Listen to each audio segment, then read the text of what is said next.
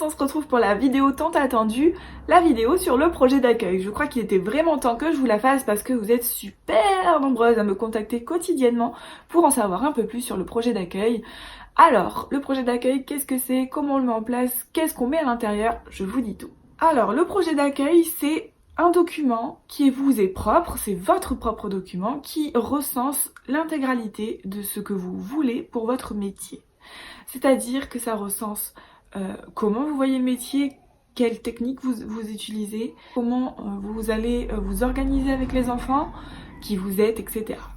Je vais tout vous détailler juste après, vous inquiétez pas. Finalement, ce que je vais faire aujourd'hui, c'est vous amener à savoir comment vous allez faire votre propre projet d'accueil. Parce qu'il est hors de question que je vous donne l'intégralité de mon projet d'accueil, étant donné que c'est extrêmement personnel et intime aussi, puisque ça correspond à moi, ma personnalité, et que j'aimerais que vous soyez capable de faire le vôtre et pas du copier-coller, parce que le jour où vous allez mettre en pratique ce qu'il y a écrit dans mon projet d'accueil, vous allez voir que ça correspond pas du tout à vous, votre façon de voir le métier, et ça va être un très gros décalage entre ce que vous avez proposé aux parents et ce que vous êtes réellement, et ça va pas du tout leur plaire. Je vais regarder mes notes, je vous préviens, parce que je veux être précise dans cette vidéo, parce que c'est une vidéo qui est très demandée et donc qui nécessite d'avoir un support, donc vous inquiétez pas, si je regarde pas là, c'est que je suis en train de lire mes notes.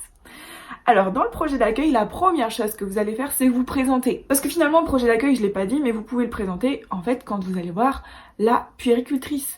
Et vous ajouterez quelques petites choses pour agrémenter un peu plus.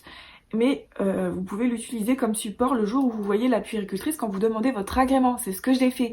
Et la personne, ça faisait des années qu'elle travaillait, plus d'une dizaine d'années, et elle m'a dit c'est la première fois que je vois quelqu'un qui me fait ça, et merci, c'est ce qu'on attend de l'assistante maternelle. Donc faites-le, vous allez être que mieux vu par l'assistante sociale, et ça vous permettra d'être sur des bases solides, sur ce que vous voulez, et à pouvoir être capable de dire ce que vous avez envie de dire, parce qu'avec le stress, souvent, on a du mal à gérer ses émotions, et on oublie des petites choses comme ça, où on va dire des choses qui sont pas vraiment en phase avec ce qu'on voulait vraiment dire. Donc, support, projet d'accueil.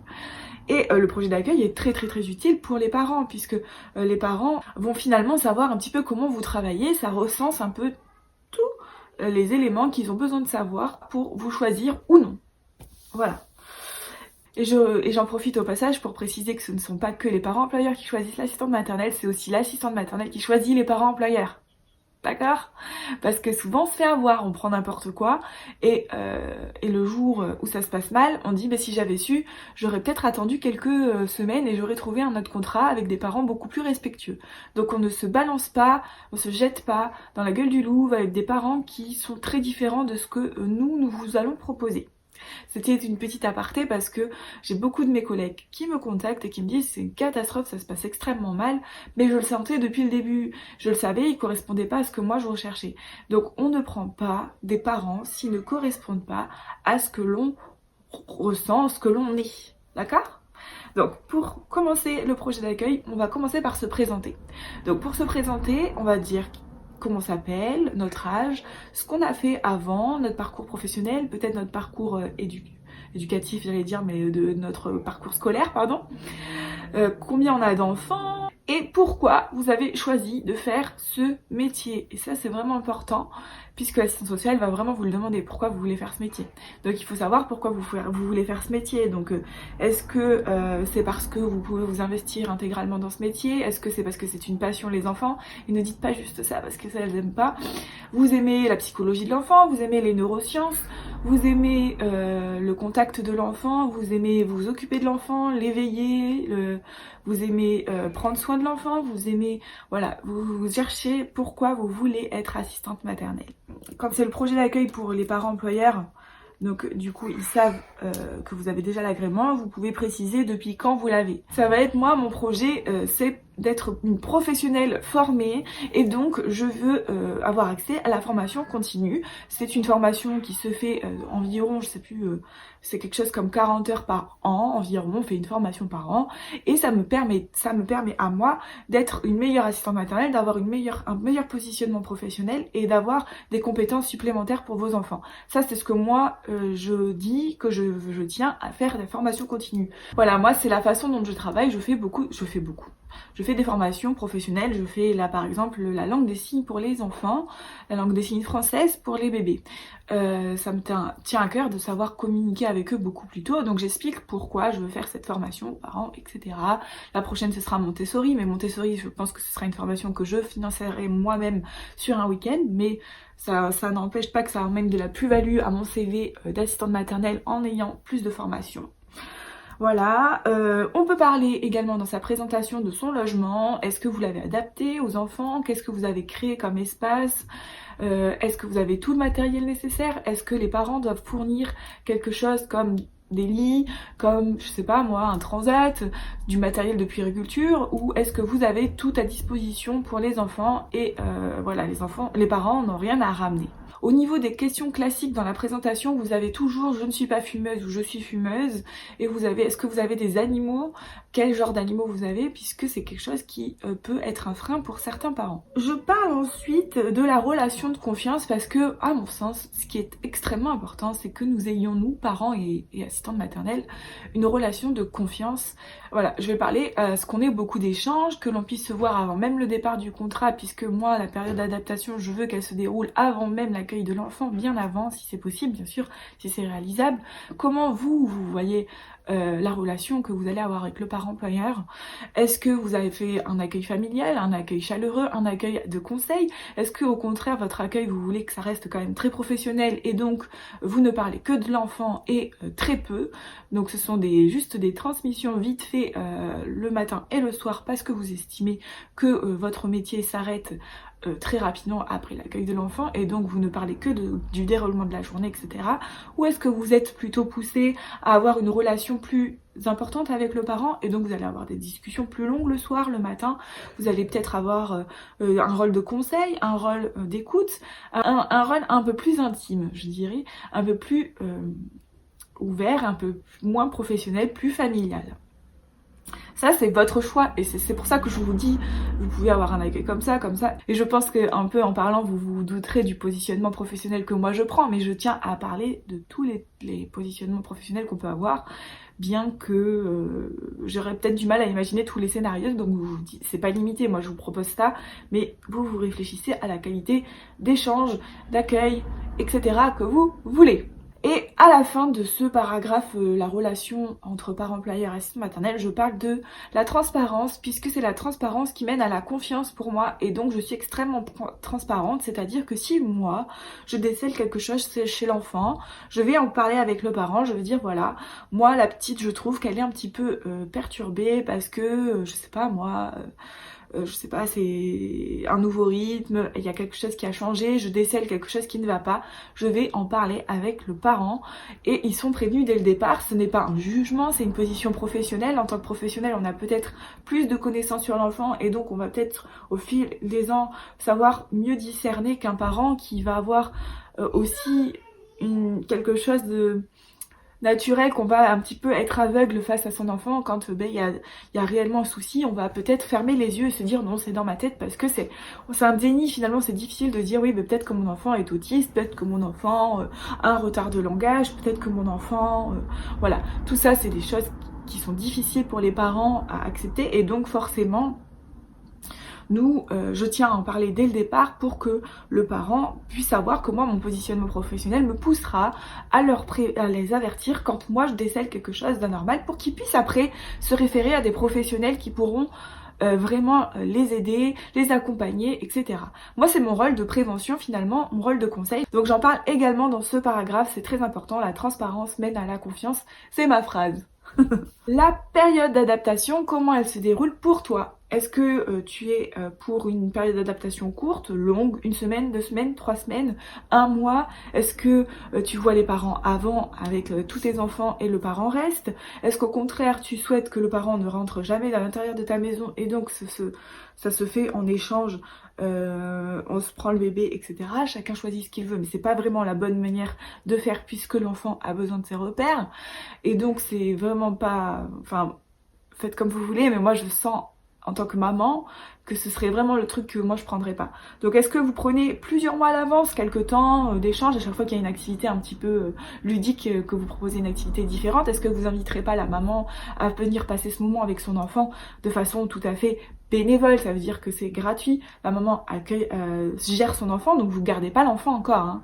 C'est la maman qui vient avec son enfant et qui garde l'enfant. Voilà, comment ça se déroule? Est-ce que vous avez un fonctionnement très strict ou est-ce qu'au contraire vous vous adaptez à l'enfant? Est-ce que vous partez sur une semaine type et puis vous faites la semaine type?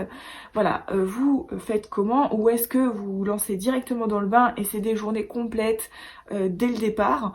Voilà, ça c'est un choix personnel, un choix à voir vous et si ça plaira aux parents ou pas. Est-ce que vous faites des échanges oraux? Est-ce que vous avez un cahier de vie? Est-ce que vous avez un carnet de liaison, des fiches de liaison? Est-ce que vous faites une page Facebook? Vous avez un blog, Instagram, YouTube, Facebook?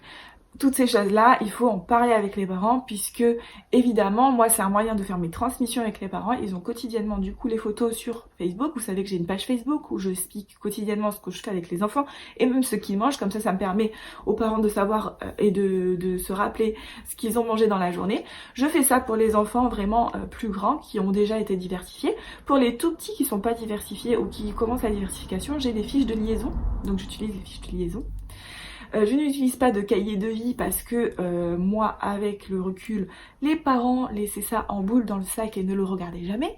Donc j'ai décidé d'arrêter, c'est beaucoup de travail, c'est beaucoup d'investissement pour au final, certains parents n'y soient pas du tout réceptifs et ne prennent même pas le temps de regarder, donc je ne fais pas de cahier de vie. On fait des transmissions à l'oral beaucoup, c'est-à-dire qu'il reste souvent longtemps le matin et le soir aussi. Donc ça, est-ce que je prévois ce temps d'échange dans mon contrat? Et donc du coup les parents doivent arriver 10, 15, 20 minutes à l'avance suivant leur bavardage, est-ce qu'ils parlent beaucoup ou pas. Moi je vous avoue que j'ai tendance à demander 10 minutes de créneau, qu'ils arrivent 10 minutes avant l'heure. Mais ils le font pas forcément, certains parents le font pas. Et c'est vrai que je vais déborder un petit peu de mon créneau et moi ça me dérange pas, dans la limite du raisonnable. Au bout d'un moment si ça me dérange, eh bien je ferai en sorte de leur dire, puisque comme je vous l'ai dit juste avant, la transparence mène à la confiance, donc s'ils savent pas que ça m'embête, ils peuvent pas le deviner. Dans ces transmissions, pour moi c'est l'occasion de parler des photos, puisque vous savez que je publie des photos, des vidéos des enfants, et donc c'est là que je parle aux parents. Est-ce que vous êtes d'accord pour que je mette sur les réseaux sociaux votre enfant?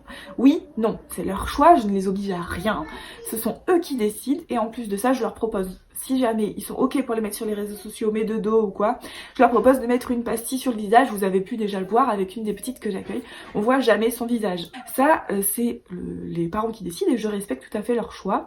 On signe des clauses etc dans le contrat, je suis dans la légalité pure et simple, j'ai le droit de l'image, donc je fais ce que je veux. Après sur les vidéos ils sont au courant, ils le savent, ils regardent toutes mes vidéos, regardent toutes mes photos et ils sont ok, il n'y a pas de souci sur ça parce que vous êtes beaucoup à vous inquiéter de ça. Donc non, je me permettrai jamais de ma vie de faire des choses pareilles sans avoir l'autorisation des parents.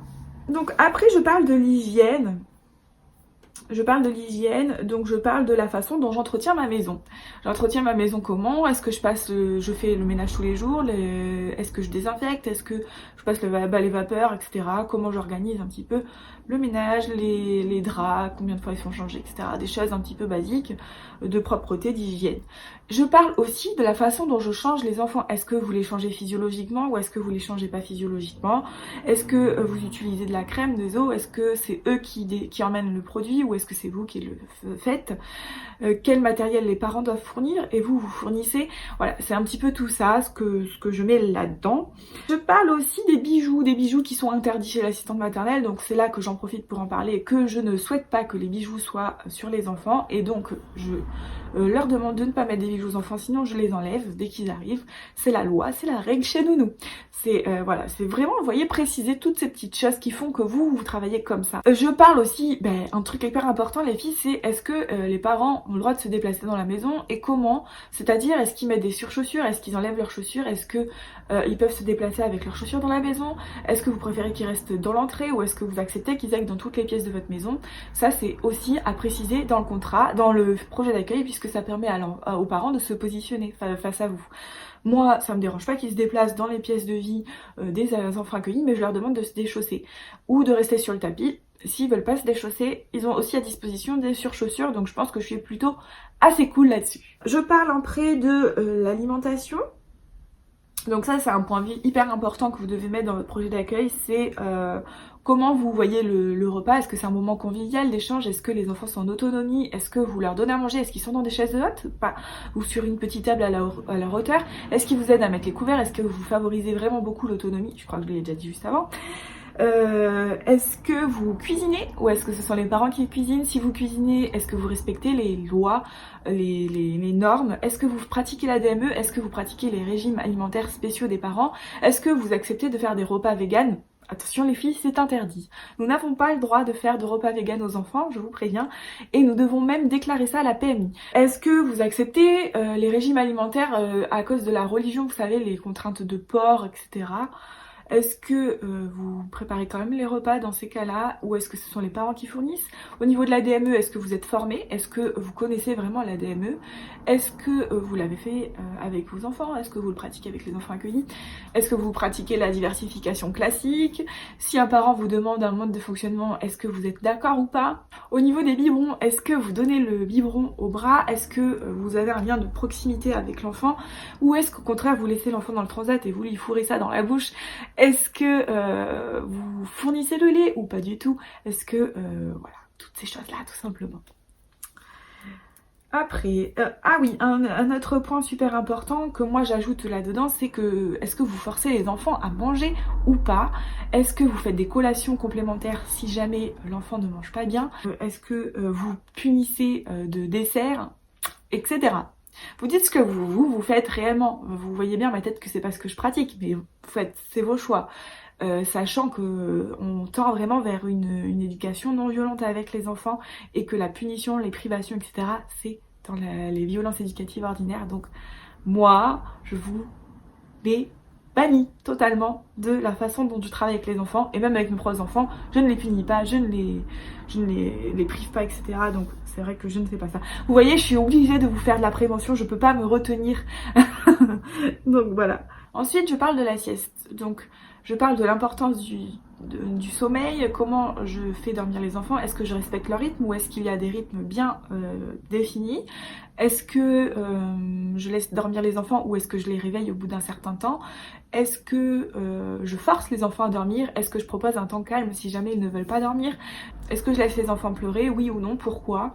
La propreté, donc ça c'est un moment délicat et moi je suis très stricte là-dessus dans le sens où pour moi il est hors de question de mettre un enfant sur le pot avant que son corps, de forcer un enfant à mettre sur le pot.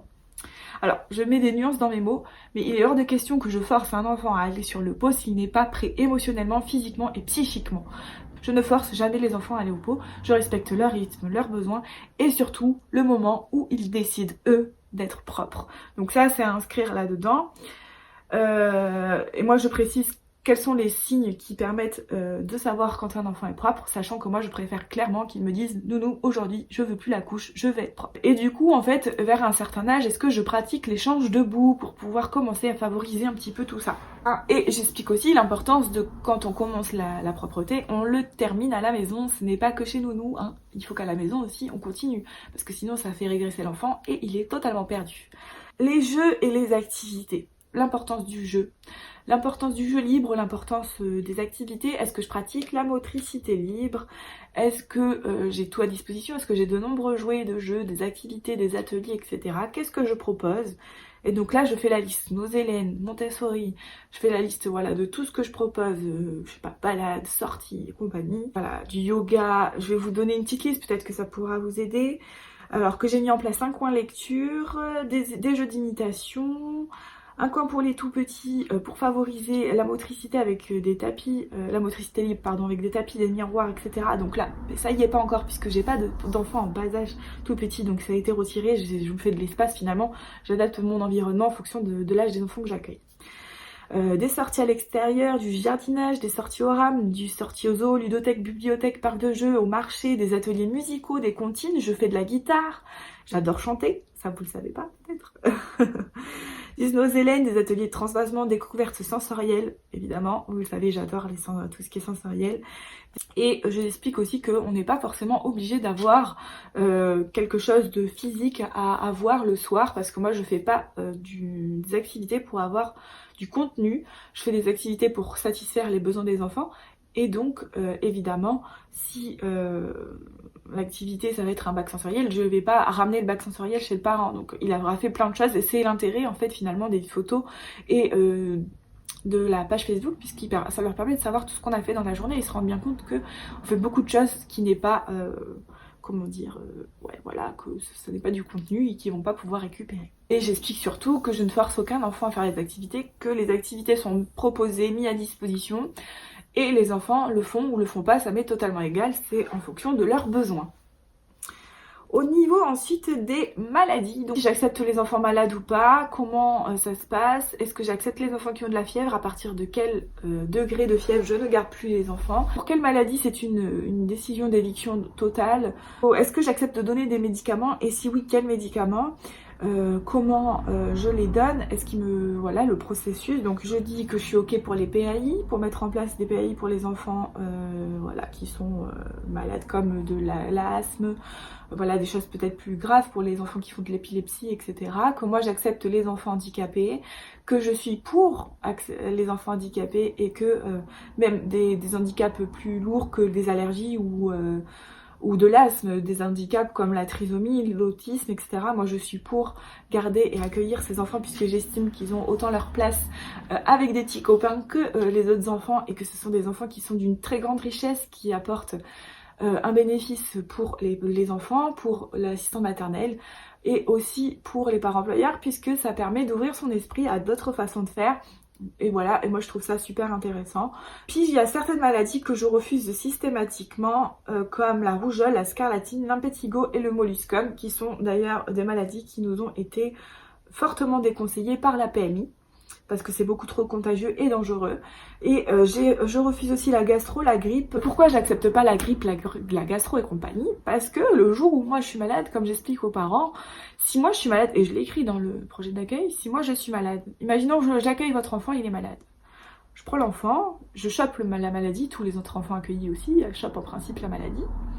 Et ben moi je peux plus travailler. Et ça veut dire que je mets 4 parents employeurs si je garde 4 enfants dans la panade parce que je peux plus garder des enfants et moi j'ai une grosse perte d'argent puisque nous sommes pas rémunérés quand nous prenons des jours pour quand on est malade. Et donc si seulement un enfant avait été resté avec ses parents, ses grands-parents, peu importe, et bien toute la tribu ne serait pas malade et moi en plus je ne mettrais pas la maladie dans ma maison et donc aussi ma famille qui risque d'être aussi malade. Donc ce sont des maladies qui sont beaucoup trop contraignantes et donc je n'accepte pas. Ensuite je vais parler des règles éducatives, comment moi je vois l'éducation, quelles sont mes pratiques éducatives. Je parle des violences éducatives ordinaires, je parle de l'immaturité du cerveau, de pourquoi je ne tape pas, punis pas, je ne force pas les enfants, enfin toutes ces choses-là qui sont des violences éducatives ordinaires, je ne pratique pas. J'explique comment moi je vois l'éducation, que c'est l'enfant, pour moi jusqu'à 3 ans, je suis là pour les accompagner et donc leur montrer comment fonctionne la société, comment on grandit et comment on fait pour réparer ses erreurs. Et je suis dans une démarche d'apprentissage et non pas une démarche de condamnation. Moi je suis vraiment pas dans la punition, dans les tapes sur les mains, etc. Voilà, c'est des choses qui vous appartiennent, mais je tends encore une fois à vous sensibiliser aux violences éducatives ordinaires qui à mon sens ne sont absolument pas professionnelles et il me semble bien que dans la formation on nous interdit toutes ces choses là, donc je m'avance pas, je sais pas, mais à mon sens c'est vraiment quelque chose que vous devriez ne pas faire parce que ce ne sont pas vos enfants et même avec vos enfants je conseille de pas le faire. Et surtout aujourd'hui avec toutes les techniques qu'on connaît et tout ce qu'on se connaît grâce aux neurosciences, etc. dans le cerveau, nous ne pouvons pas nous permettre en tant que professionnels de rester à l'ancien temps où on frappait les enfants pour les faire obéir et donc nous étions maîtres et eux étaient finalement des faibles. Et ça apprend quoi finalement? Ça apprend que les plus faibles doivent se soumettre aux plus forts et que même les personnes qui ont de l'amour pour nous ont le droit de nous faire du mal. Moi c'est hors de question que je parte là-dessus. Je suis un peu très stricte sur ça parce que je suis vraiment très triste de voir des enfants dans les parcs se faire punir, se faire tirer les oreilles, se faire hurler dessus. Je trouve ça vraiment pas acceptable qu'avec tout ce que l'on a comme information sur l'enfant aujourd'hui, on soit encore en train d'utiliser toutes ces violences qui détruisent le cerveau de l'enfant et la confiance en eux. Et moi, c'est hors de question que je pratique toutes ces choses-là. Donc j'en parle dans le projet d'accueil et je suis très transparente. Comme ça, les parents, parce que ça arrivera, des parents vont vous demander, ben moi je veux que vous le punissiez, je veux que voilà, ça obéisse au doigt et à l'œil, qu'il soit respectueux et compagnie. Moi, je ne parle pas d'obéissance. Je parle simplement de coopération. Et donc, si le parent, ça ne lui convient pas, on ne travaille pas ensemble. Et c'est important du coup que ce soit inscrit dans le projet d'accueil, puisque je préfère louper des contrats, même prendre des contrats à beaucoup moins d'heures qui, moi, m'arrangent pas financièrement, pour pouvoir être en phase, lui et moi, et du coup permettre à l'enfant de se développer convenablement et ne pas avoir un grand écart d'éducation. Si l'enfant ne respecte pas les règles, ben, c'est très facile, il n'y a pas de sanction quand on respecte pas les règles. Eh bien, on a le droit à l'erreur et on apprend à réparer son erreur. Et puis, moi, j'essaye de trouver une autre solution pour faire coopérer l'enfant, puisque j'estime que moi, mon cerveau, il est mature, que je suis capable de contrôler mes émotions, d'autant plus quand on est professionnel, et donc je suis capable d'analyser la chose et l'amener différemment à l'enfant pour qu'il finisse par accepter la chose. S'il veut pas, parce que c'est trop pour lui, eh bien j'accepte aussi parfois que bah, c'est lui, c'est son corps, c'est sa façon d'être et qu'il a le droit de refuser. Et toutes ces choses-là, ça demande un travail psychologique et une ouverture d'esprit assez importante, donc ça, moi j'en parle.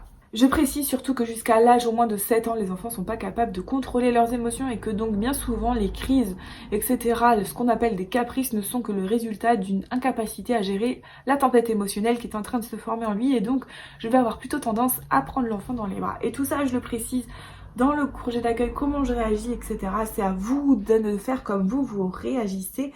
Quels sont les principes éducatifs que vous respectez et qu'est-ce qui se passe si l'enfant ne respecte pas les règles chez vous.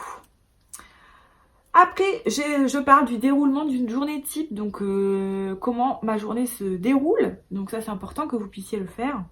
Voilà un petit peu tout ce que je mets dans mon projet d'accueil. Et finalement, il va falloir un petit peu que vous l'adaptiez, vous, à votre façon de procéder et de travailler avec l'enfant. Donc voilà, un petit peu comment ça se passe un projet d'accueil. Finalement, c'est toutes les choses qui font que votre travail est comme il est. Et vous pouvez ajouter tout ou plein de choses à l'intérieur.